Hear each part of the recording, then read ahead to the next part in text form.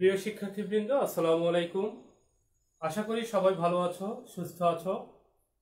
শিক্ষার্থীবৃন্দ, আমাদের আজকের ক্লাস সপ্তম শ্রেণীর বাংলা প্রথম পত্র। তো সপ্তম শ্রেণীর বাংলা প্রথম পত্রে আমরা আজকে বাংলাদেশের ক্ষুদ্র জাতিসত্তা এই প্রবন্ধটি আমরা আজকে শিখব। তো বাংলাদেশের ক্ষুদ্র জাতিসত্তা এটি লিখছেন কবি ও অনুবাদক সাহিত্যিক এ.কে. সেরাম। এই সাহিত্যিক এ.কে. সেরাম জন্মগ্রহণ করেন 1952 সালে হবিগঞ্জ জেলায় চুনারুঘাট গ্রামে। পেশা, তিনি দীর্ঘদিন সরকারি ব্যাংকে চাকরি করেছেন। তার উল্লেখযোগ্য রচনা বসন্ত কুন্নি পালগি লৈরাং, মণিপুরী কবিতা, চৈতন্যে অধিবাস ইত্যাদি। বিশেষ পরিচিতি, বাংলাদেশে মণিপুরী সাহিত্য চর্চার ক্ষেত্রে পথিকৃত কবি ও প্রাবন্ধিক। তিনি মণিপুরী সাহিত্য সংকলন ময়রা এর প্রধান সম্পাদক। কবি, কথাসাহিত্যিক, প্রাবন্ধিক ও গবেষক এ.কে. সেরাম একজন সব্যসাচী লেখক। তিনি মণিপুরী ভাষার পাশাপাশি বাংলাকে সমৃদ্ধ করে চলেছেন। মূলত কবি ও অনুবাদক সেরাম তার সাহিত্যের মাধ্যমে আপন সংস্কৃতি সমৃদ্ধ মণিপুরী ভাষা ও লোকসাহিত্যকে বাংলা ভাষাভাষীর কাছে তুলে ধরেছে। একইভাবে বাংলায় সৃজিত মহত্তর সাহিত্য কীর্তি সমূহ মণিপুরী ভাষাগোষ্ঠীর কাছে উপস্থাপন করেছেন নির্লসভাবে। বাংলাদেশ ও বহির্বিশ্বে সেরামের পরিচিতি বিস্তৃত রয়েছে। মণিপুরী ইতিহাস, ঐতিহ্য ও সংস্কৃতি অধ্যয়নে একজন নিষ্ঠাবান নির্ভরযোগ্য প্রতিনিধি হিসেবে তার সুখ্যাতি রয়েছে। আর বাংলাদেশের যে ক্ষুদ্র নৃগোষ্ঠী রয়েছে বিভিন্ন সম্প্রদায় ভিত্তিক, সে সম্পর্কে যে আমরা কিছুটা হলেও জানতে পেরেছি, সেটি মূলত এই এ.কে. সেরামের কারণেই। কারণ এ.কে. সেরাম বাঙালির কাছে সেই যে ক্ষুদ্র নৃগোষ্ঠী যাদেরকে বলা হয়, সেই উপজাতি পাহাড়ি অঞ্চলে বা বিভিন্ন অঞ্চলে যাদের বসবাস, তাদের যে খাদ্যাভ্যাস, তাদের যে জীবন আচরণ, জীবনযাপন, তাদের যে সংস্কৃতি, তাদের ভাষা, তাদের ধর্ম, সে সম্পর্কে বিস্তারিত তথ্য আমাদের সামনে তুলে ধরেছেন এই এ.কে. সেরাম। তার কারণেই আমরা ক্ষুদ্র নৃগোষ্ঠী সম্পর্কে অনেক কিছু জানতে পারি। এবং তিনি একদিকে যেমন সেই ক্ষুদ্র নৃগোষ্ঠীর সাহিত্য, সংস্কৃতি, ধর্মচর্চা, তাদের জীবনযাপন, তাদের বিভিন্ন অনুষ্ঠান পালাপার্বণ, সে সম্পর্কে যেমন আমাদের কাছে তুলে ধরেছেন, তেমনি আবার আমাদের বাংলায় সৃজিত বা বাংলায় সৃজনশীল যে কারুকার্যগুলো আছে, সৃজনশীল যে শিল্প, সাহিত্য, সংস্কৃতি, ধর্মীয় চর্চা যেগুলো আছে, এগুলো আবার অনুবাদ করে সেই ক্ষুদ্র নৃগোষ্ঠীর সামনে তুলে ধরেছেন। তো সেহেতু এই যে অনুবাদক হিসেবে তার একটি পরিচয় রয়েছে, সেটির কারণেই মূলত আমরা সেই ক্ষুদ্র নৃগোষ্ঠী সম্পর্কে অনেক তথ্য জেনে থাকি। তো শিক্ষার্থীবৃন্দ, এবার আমরা এই বাংলাদেশের ক্ষুদ্র জাতিসত্তা এই প্রবন্ধটির শিখন ফলটা আমরা দিব।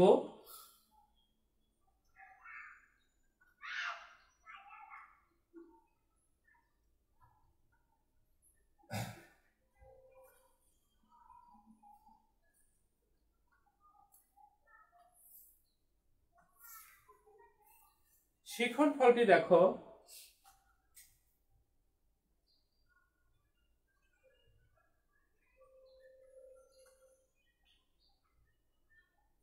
শিখন ফল, বাংলাদেশে বসবাসরত ক্ষুদ্র জাতিগোষ্ঠী সম্পর্কে ধারণা।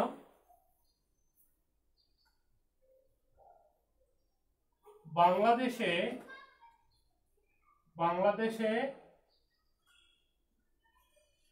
বসবাসরত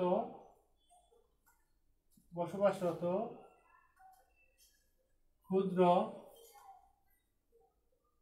জাতি গোষ্ঠী সম্পর্কে ধারণা। অর্থাৎ বাংলাদেশে বসবাসরত যে বিভিন্ন ক্ষুদ্র নৃগোষ্ঠী বা ক্ষুদ্র ক্ষুদ্র জাতিগোষ্ঠী রয়েছে, তাদের সম্পর্কে একটি ধারণা পাওয়া যাবে। ক্ষুদ্র জাতিসত্তার সংস্কৃতি ও জীবনযাপন সম্পর্কে ধারণা।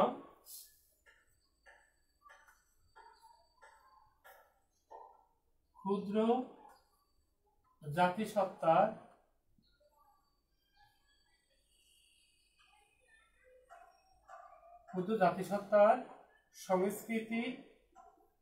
সংস্কৃতি ও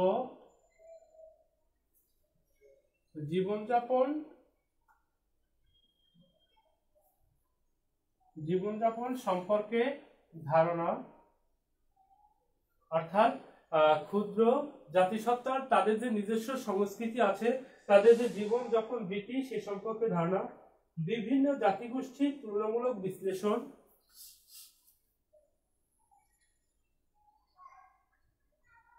বিভিন্ন জাতিগোষ্ঠীর তুলনামূলক বিশ্লেষণ, বিভিন্ন জাতিগোষ্ঠীর তুলনামূলক বিশ্লেষণ। এরপরে ক্ষুদ্র নৃগোষ্ঠী ও ক্ষুদ্র পেশাগোষ্ঠীর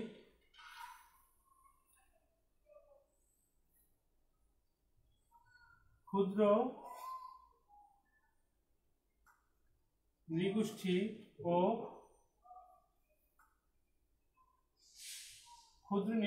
ও বিভিন্ন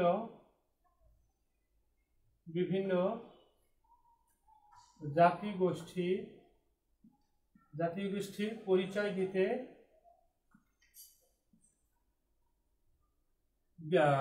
ক্ষুদ্র নৃগোষ্ঠী ও বিভিন্ন পেশা গোষ্ঠীর পরিচয় দিতে ও তাদের প্রতি শ্রদ্ধা প্রকাশ করতে পারবে, তাদের প্রতি শ্রদ্ধা প্রকাশ করতে পারবে। অর্থাৎ বাংলাদেশের ক্ষুদ্র জাতিসত্তা এই প্রবন্ধের যে মূল শিক্ষণীয় বিষয়, যে বাংলাদেশে বসবাসরত ক্ষুদ্র জাতিগোষ্ঠী সম্পর্কে ধারণা লাভ করতে পারবে, ক্ষুদ্র জাতিসত্তার সংস্কৃতি ও জীবনযাপন সম্পর্কে ধারণা, বিভিন্ন জাতিগোষ্ঠীর তুলনামূলক বিশ্লেষণ, ক্ষুদ্র নৃগোষ্ঠী ও বিভিন্ন জাতিগোষ্ঠীর পরিচয় দিতে ও তাদের প্রতি শ্রদ্ধা প্রকাশ করতে পারবে। এরপরে আমরা মূল প্রবন্ধে চলে যাই। বাংলাদেশের ক্ষুদ্র জাতিসত্তা রচনাটি আমরা একটু পড়ি, তোমরাও বইটি বের করো। আর আমার লেখা কি দেখা যাচ্ছে? হ্যাঁ, লেখা দেখা যাচ্ছে। তো দেখো, বাংলাদেশের ক্ষুদ্র জাতিসত্তা একে সেরম। ক্ষুদ্র জাতিসত্তা বলতে কি বোঝায়? ক্ষুদ্র বলতে ছোট। তো এখানে ছোট মানে সে যে আয়তনে ছোট সেটি নয়, এখানে ছোট বলতে সংখ্যাগরিষ্ঠ আর সংখ্যালঘিষ্ঠ, অর্থাৎ সংখ্যায় কম সেটা বোঝাচ্ছে। যে আমাদের বাংলাদেশে বাঙালি ছাড়াও আরো কিছু ক্ষুদ্র নৃগোষ্ঠী রয়েছে, মানে সামান্য কিছু সংখ্যক লোক বিভিন্ন জাতি ধর্মের যারা বসবাস করছে পাহাড়ি এলাকা সহ বিভিন্ন এলাকায়, এরা বাঙালি নয়, এই জন্য এদেরকে ক্ষুদ্র নৃগোষ্ঠী বা আদিবাসী বলা হয়। তো দেখো, আমাদের প্রিয় মাতৃভূমি এই বাংলাদেশ বহু জাতি, বহু ভাষা ও বহু সংস্কৃতির একটি দেশ। হ্যাঁ, আমাদের বাংলাদেশে বহু জাতির বসবাস, এখানে বহু সংস্কৃতির মিশ্রণ রয়েছে, বাঙালিদের এক মিশ্রণ, আবার ক্ষুদ্র নৃগোষ্ঠীর বিভিন্ন গোত্রের বা বিভিন্ন গোষ্ঠীর এক এক রকমের সংস্কৃতি, ধর্মচর্চা, তাদের মধ্যে এক বিশ্বাস, তাদের যে জীবনযাপন সেটা ভিন্নতা রয়েছে। এখানে প্রধান জনগোষ্ঠী বাঙালির পাশাপাশি রয়েছে প্রায় অর্ধশত ক্ষুদ্র জাতিসত্তা, মানে প্রায় অর্ধশত ক্ষুদ্র জাতিসত্তা রয়েছে। তেমনি দেশের প্রধান ও রাষ্ট্রভাষা বাংলার পাশাপাশি রয়েছে অনেক ভাষা এবং ঐতিহ্য জাতিগোষ্ঠীর, ওইসব জাতিগোষ্ঠীর নানা বর্ণের বিচিত্র সংস্কৃতিও। তারপরও আমরা সবাই জাতীয়তার পরিচয় এক এবং দেশকে ভালোবাসার ক্ষেত্রেও ঐক্যবদ্ধ। অর্থাৎ আমাদের ধর্মীয় দিক থেকে পার্থক্য থাকতে পারে, জাতিগত দিক থেকে পার্থক্য থাকতে পারে, কিন্তু তারপরও আমাদের সবার মধ্যে একটি মৌলিক ঐক্য রয়েছে। সেই মৌলিক ঐক্যটি হলো জাতীয়তাবাদের ক্ষেত্রে, দেশকে ভালোবাসার ক্ষেত্রে, দেশকে আগলে রাখার ক্ষেত্রে আমরা সবাই এক। দেশাত্মবোধের দিক থেকে আমাদের মধ্যে কোনো পার্থক্য নেই, কারণ আমরা জানি যে বাংলাদেশে যখন মুক্তিযুদ্ধ হয় আবার যখন ব্রিটিশ বিরোধী আন্দোলন হয়, তো সেই ব্রিটিশ বিরোধী আন্দোলন ও মুক্তিযুদ্ধের সময় কিন্তু শুধু বাঙালি নয়, সব শ্রেণী পেশার সব জাতি গোষ্ঠীর মানুষই কিন্তু তখন যুদ্ধে অংশগ্রহণ করেছে। বৈচিত্র্যের মধ্যেও এই যে একতার শক্তি, এটি আমাদের বাংলাদেশকে সুন্দর ও বর্ণময় করে তুলেছে। তো এত কিছু বৈচিত্র্যের মধ্যে এই যে মৌলিক ঐক্যটি, এটি আমাদের বাংলাদেশকে সুন্দর ও বর্ণময় করে তুলেছে। বাংলাদেশে বসবাসরত ক্ষুদ্র জাতিসত্তার সংখ্যা নিয়ে ভিন্ন ভিন্ন মত রয়েছে, তবে সাধারণভাবে এই সংখ্যা 46টি বলে অনুমিত। মানে বাংলাদেশের যে ক্ষুদ্র নৃগোষ্ঠী বা ক্ষুদ্র জাতিগোষ্ঠীর সংখ্যা কতটি, এ সম্পর্কে সঠিক কোনো তথ্য নেই, তবে অনুমান করা হয়ে থাকে যে এর সংখ্যা হবে 46টি। পার্বত্য চট্টগ্রামের রাঙামাটি, খাগড়াছড়ি ও বান্দরবানের বিভিন্ন পাহাড়ি জনপদ ছাড়াও দেশের সমতল ভূমি যেমন কক্সবাজার, পটুয়াখালী, বরগুনা, ময়মনসিংহ, জামালপুর, টাঙ্গাইল, বগুড়া, রাজশাহী, পাবনা, দিনাজপুর ও সিলেট অঞ্চলে প্রধানত এদের বসতি, মানে এসব এলাকায় তারা বসবাস করে। এই সব জনগোষ্ঠী শত শত বছর ধরে এই ভূখণ্ডে বসবাস করছে। তাদের প্রায় প্রত্যেকেরই রয়েছে নিজস্ব ভাষা, সাহিত্য ও সংস্কৃতি। প্রতিটি জাতিগোষ্ঠীর কাছে তাদের ভাষা ও সংস্কৃতি খুবই প্রিয়। বাংলাদেশে যেসব সংখ্যা স্বল্প জাতিসত্তার বাস, তাদের মধ্যে উল্লেখযোগ্য হলো, অর্থাৎ বাংলাদেশে যত ক্ষুদ্র নৃগোষ্ঠী আছে তাদের মধ্যে উল্লেখযোগ্য কিছু বর্ণনা এখানে দিয়েছে, যেমন চাকমা, মারমা, ত্রিপুরা, গারো, সাঁওতাল, মণিপুরী, খাসি, ম্রো, রাখাইন, হাজং, তঞ্চঙ্গা, বম, কোচ, পাহাড়িয়া, রাজবংশী, মালো, ওরাও ইত্যাদি। মানে আমরা তো আগেই পেয়েছি যে 46টি ক্ষুদ্র নৃগোষ্ঠীর বসবাস অনুমান করা হয়, তো সেই 46টির মধ্যে উল্লেখযোগ্য কিছু এখানে বর্ণনা করা হয়েছে। তো এদের মধ্যে প্রধান কয়েকটি জনগোষ্ঠীর জীবন ও সংস্কৃতির পরিচয় সংক্ষেপে নিচে তুলে ধরা হয়েছে। তো প্রথমেই তার মধ্যে আছে চাকমা। কারণ আমরা জানি যে আমাদের দেশে যত ক্ষুদ্র নৃগোষ্ঠী আছে তাদের মধ্যে সংখ্যায়, শিক্ষায় বিভিন্ন দিক থেকে এগিয়ে আছে চাকমারা। মঙ্গোলীয় জনগোষ্ঠীর অন্তর্গত চাকমাদের প্রধান বসতি পার্বত্য চট্টগ্রামের রাঙামাটি, খাগড়াছড়ি ও বান্দরবান জেলায়। তো এই চাকমারা হলো মঙ্গোলীয় জনগোষ্ঠীর অন্তর্ভুক্ত। আর এই চাকমারা বসবাস করে কোথায়? এরা বেশিরভাগই পার্বত্য চট্টগ্রামের রাঙামাটি, খাগড়াছড়ি ও বান্দরবান এই পাহাড়ি এলাকাগুলোতেই তাদের বসতি লক্ষ্য করা যায়। নিজেদের মধ্যে তারা চাংমা নামে পরিচিত, অর্থাৎ আমরা বলি চাকমা, কিন্তু এই চাকমারা তাদের নিজেদের মধ্যে পরিচিত হলো চাংমা নামে। তারা আর্য ভাষাগোষ্ঠীর অন্তর্ভুক্ত, অর্থাৎ তারা আর্য ভাষাগোষ্ঠীর অন্তর্ভুক্ত। আর্য ভাষা হলো যে আমাদের এই বাঙালি, এখন আমরা সবাই বাঙালি ছাড়াও একসময় এদেশে আর্যরা আসে, আর্যরা বসতি স্থাপন করে। আর আমরা যেহেতু অনার্য, মানে আর্য নয়, তো সেই যে আর্য জাতি বাংলাদেশে বা এই ভূখণ্ডে এসেছিল, বসবাস করেছিল, সেই আর্য জাতির বলে মনে করা হয় এই চাকমাদের। তাদের নিজস্ব হরফও আছে। হরফ মানে বর্ণ, লেটার, অর্থাৎ তাদের নিজস্ব লেখার হরফ বা বর্ণও আছে।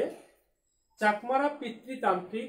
পিতৃতান্ত্রিক মানে হলো তাদের পরিবারের পিতাই প্রধান, পিতাই পরিবারের প্রধান। চাকমা সমাজের প্রধান হলেন রাজা। চাকমা সমাজের যে প্রধান তাকে বলা হয় রাজা। গ্রামের প্রধান হলেন কারবারি। তো ছোট ছোট যে গ্রাম আছে চাকমাদের, এই গ্রাম প্রধান তাকে বলা হয় কারবারি। গ্রামের যাবতীয় সমস্যা তিনি নিষ্পত্তি করেন, অর্থাৎ গ্রামের মধ্যে কোনো সমস্যা হলে সেটা ওই কারবারি যিনি সেই নিষ্পত্তি করেন বা সমাধান করেন। চাকমারা প্রধানত বৌদ্ধ ধর্মাবলম্বী, তবে তার পাশাপাশি এখনো তারা কিছু কিছু প্রকৃতি পূজাও করে থাকে। চাকমারা বেশিরভাগই প্রায় পুরোটাই বৌদ্ধ ধর্মাবলম্বী, তবে তার পাশাপাশি তারা কিছু কিছু প্রকৃতি পূজাও করে থাকে। চাকমা পুরুষেরা ধুতি ও মহিলারা পিনন পরিধান করেন, মানে তাদের পরার পোশাক যেটি।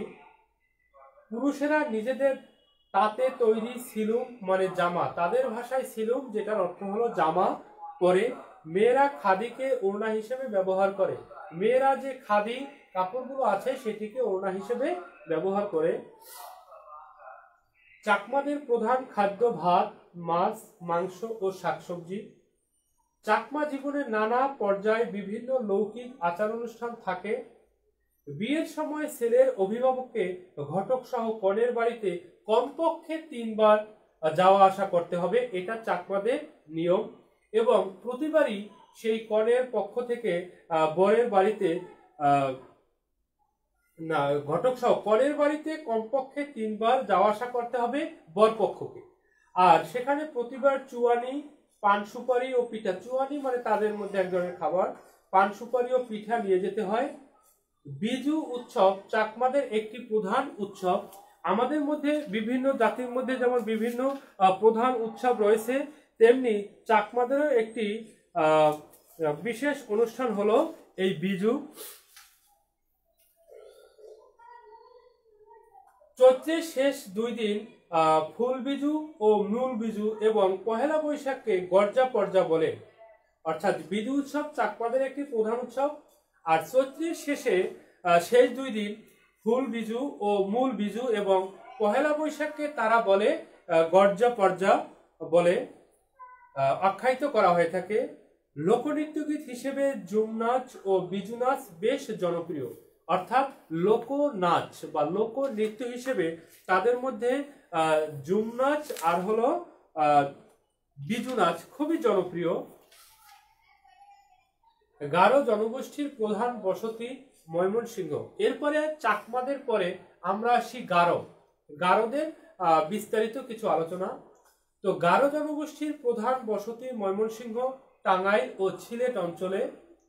এরাও মঙ্গোলীয় জনগোষ্ঠীর অন্তর্ভুক্ত, তবে গারোরা মাতৃসূত্রীয়, অর্থাৎ তাদের পরিবারের যে উত্তরাধিকার সূত্র সেটা মাতৃকেন্দ্রিক হয়ে থাকে, অর্থাৎ মেয়েরা পরিবারের সম্পত্তির মালিক হয়। অন্যান্য ধর্মে বা আমাদের ধর্মে যেমন ছেলেরা মেয়েরা উভয়ই মালিক হয়, বরং ছেলেরা বেশি সম্পত্তির অধিকারী হয় উত্তরাধিকার সূত্রে, কিন্তু গারো পরিবারে মেয়েরা পরিবারের সম্পত্তির মালিক হয়। বিবাহের পর বর স্ত্রীর বাড়িতে গিয়ে বসবাস করে থাকে, আমরা যেটাকে সংক্ষেপে বলি ঘর জামাই। অর্থাৎ গারো পরিবারের মধ্যে বর বা জামাই সে স্ত্রীর বাড়িতে বসবাস করবে, এক কথায় ঘর জামাই হিসেবে থাকবে। সন্তান সন্ততিরা মায়ের পদবি ধারণ করে। গারো সম্প্রদায়ের ছেলেমেয়েরা তারা বাবার যে পদবি বংশ সেটিকে ব্যবহার করতে পারে না, তাদের নিয়ম অনুযায়ী তারা হলো মায়ের পদবি ধারণ করে, অর্থাৎ মায়ের পরিচয় পরিচিত হয়। তবে পরিবার, সমাজ পরিচালনা ও শাসনে পুরুষেরাই দায়িত্ব পালন করে থাকে। একই গোত্রে বিবাহ গারো সমাজে নিষিদ্ধ, অর্থাৎ গারো সমাজে একই গোত্রের মধ্যে বিবাহ নিষিদ্ধ, তারা একই গোত্রের মধ্যে বিবাহ করতে পারে না। একই গোত্র বলতে যেমন একজন পাঠান বংশের আর এক বড় পাঠান বংশের হতে পারে, বর কনে উভয় মুঘল বংশের, পাঠান বংশের, তালুকদার বংশের হতে পারে, কিন্তু গারো সমাজে এটি নিষিদ্ধ। গারো সমাজে বর যদি হয় খান বংশের, তাহলে কনে হতে হবে অন্য বংশের, অর্থাৎ তালুকদার হতে পারে, শিকদার হতে পারে, মানে খান ছাড়া অন্য যে কোনো বংশ, অর্থাৎ একই বংশের মধ্যে বা একই নামীয় বংশের মধ্যে গারোদের বিবাহ নিষিদ্ধ। গারোদের নিজস্ব ধর্ম আছে, এটি এক ধরনের প্রকৃতি পূজা। গারোরা প্রধানত কৃষিজীবী, মানে কৃষিকাজ করে তারা জীবনযাপন করে। পাহাড়ে বসবাসকারীরা জুম চাষ করে, আর সমতল ভূমির গারোরা নারী ও পুরুষ একসাথে সাধারণ নিয়মে কৃষিকাজ করে। গারোরা জন্ম থেকে মৃত্যু অবধি জীবনের নানা পর্যায়ে বিভিন্ন ধর্মীয় ও সামাজিক আচার অনুষ্ঠান পালন করে, অলঙ্কারও ব্যবহার করে থাকে। গারো সংস্কৃতিতে গীতবাদ্য ও নৃত্য খুবই গুরুত্বপূর্ণ। তাদের নিজস্ব কিছু বাদ্যযন্ত্র রয়েছে, মানে মিউজিক বাদ্যযন্ত্র যেটাকে বলি। ফসল বোনা, নবান্ন, নববর্ষ ইত্যাদি উপলক্ষে বিভিন্ন উৎসবের আয়োজন করা হয় এই গারো সমাজে। ওয়ানগালা গারোদের একটি জনপ্রিয় উৎসব। গারোদের একটি জনপ্রিয় উৎসব, আনন্দ উৎসব, সেটির নাম হলো ওয়ানগালা। এরপরে আমরা আসি মারমা।